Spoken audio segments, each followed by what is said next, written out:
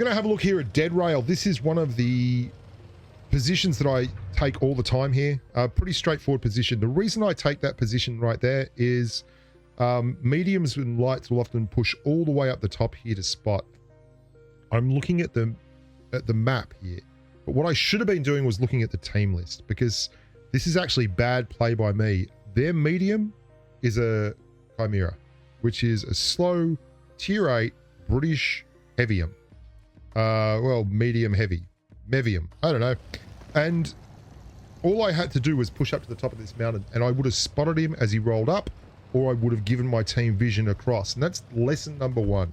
Read the freaking map. Read the freaking team list.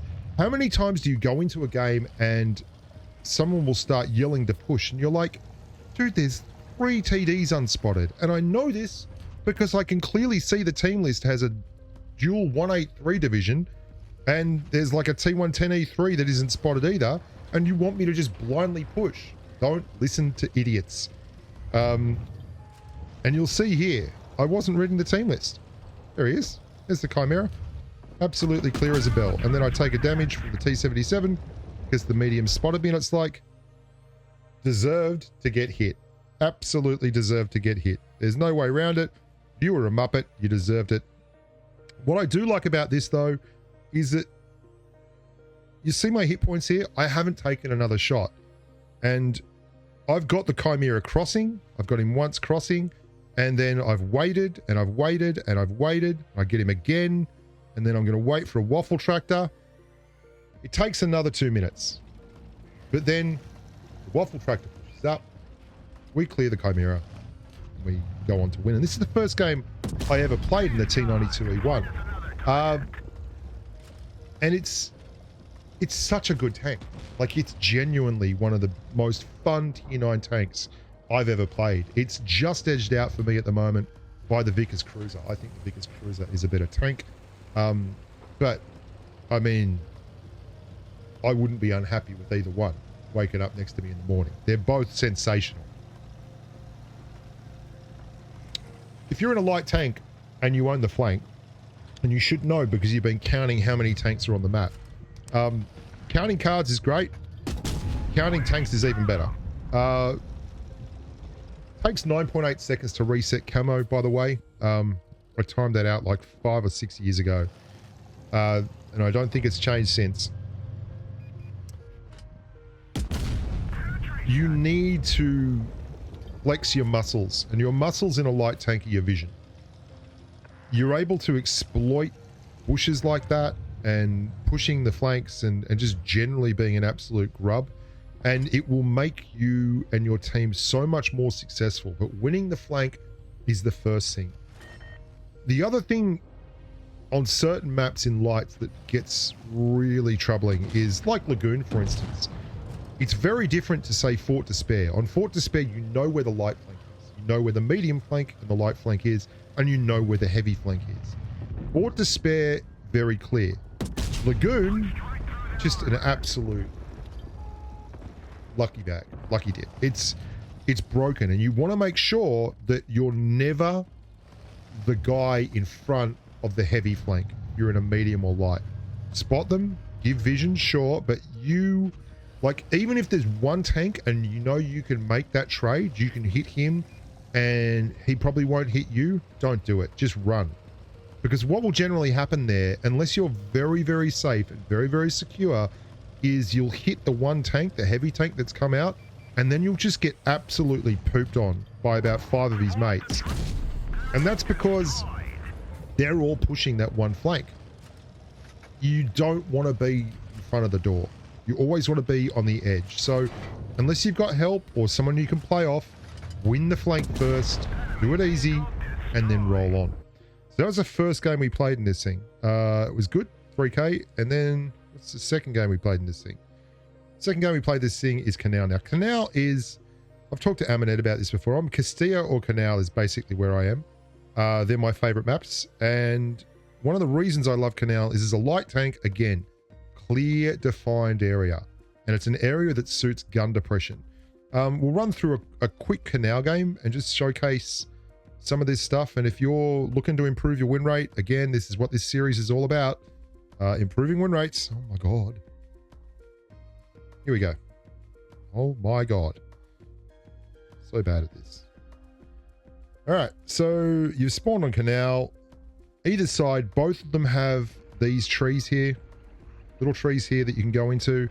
There are two options, but this is the one that you go to if you're a light. If you're a medium, you can be a little less aggressive. That's fine. You can move a lot further forward than this as well. This is a perfect spot to catch heavies trying to strong arm a medium flank. You'll catch them moving across there, and your TDs, you can see there's a TD up on the hill behind me there. They will love you for this. If you get spots, you can move forward. If not, no problems. You'll also see that TDs will pop up in those trees at the back end, like up in here on the TD spawn. And if they fire when you're up here, you'll get vision of them and they'll get shagged. I mean, that is typical American light tank gun. Now, I'm not spotted when I fired there. You'll see how I started rolling away just in case. I switched to HE here so that we just splash him. That Bosch on the end is also ridiculous. He's not even behind a bush. But I know there's a light tank here somewhere and I see a tree fall. Okay, this is important stuff. I am certain that there is a light tank up there. I know that there's a T-49. He's not spotted anywhere else on the map. He hasn't crossed underneath me because while I've been firing, I've been unspotted.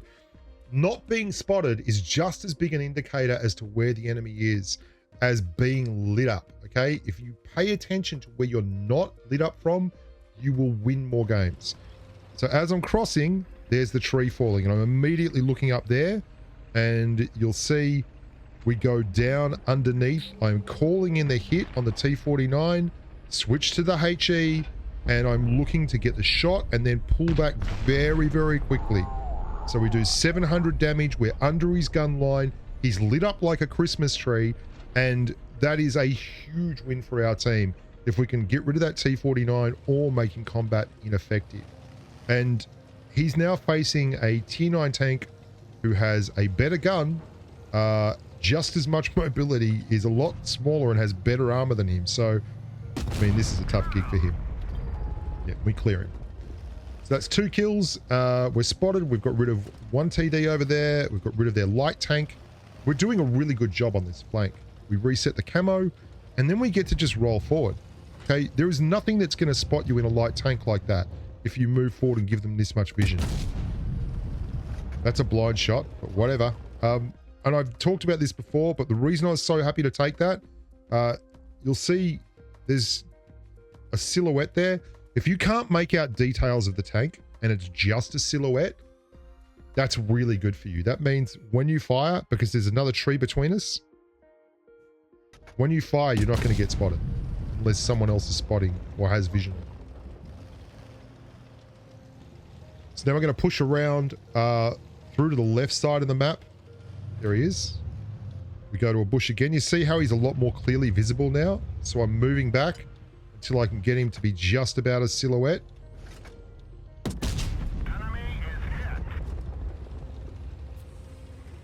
That's not an accident. If you want to improve your win rate, start paying attention to whether you can see the silhouette of a tank or all the features of the tank.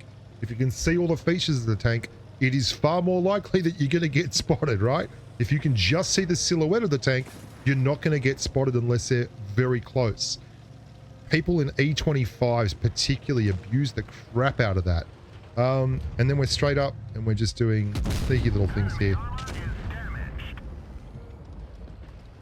Always think about what you can be doing between your shots on these long reload tanks. Get your positioning right. Look at the mini-map. Start thinking about who you need to get through, who's the best opportunity for shots. And this is really what you want to be doing if you want to be winning more games in lights. This guy's desperate to hit. Like, would hit, 100% would hit, that's fine. You know, if you can keep him lit. And there you go. Come on. He's gagging for it. Fortunately, this is a pretty nimble little tank and you don't have to worry too much about getting hit by people like that. And we're still we've not given up anything here. in terms of position. This poor rogue, like he's really up against it. Went for the big high roll. They go.